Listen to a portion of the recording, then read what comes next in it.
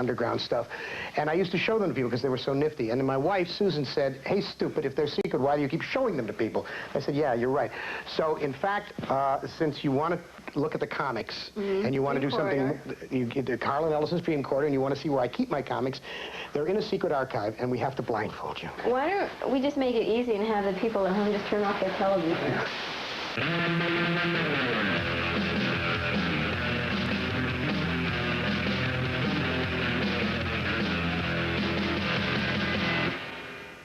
This is the secret archive.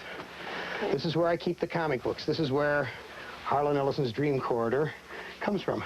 This is the core, the heart, the living, beating heart of this house. This wall here are all comics from the 30s and 40s, including a complete run of Captain Midnight, Captain Marvel Jr. Here's all the Marvel family comics with Captain Marvel in them. All of these are the comics that I owned when I was a kid. If you look at these right here, these are called Big Little books. These were 10 cents a piece. When I was a kid, each one of these has, one page has art, and the next page will have a text. These were all the heroes from the comics, and they made them into these Big Little books, and they're wonderful. They're wonderful reading. This is the very first comic that I ever bought, or was bought for me. I don't remember now. 1939 New York World's Fair comics with Superman, and if you'll notice, this is the only comic in which Superman is a blonde. This book is worth about $6,000 now. This is my baby, and every issue I am the host.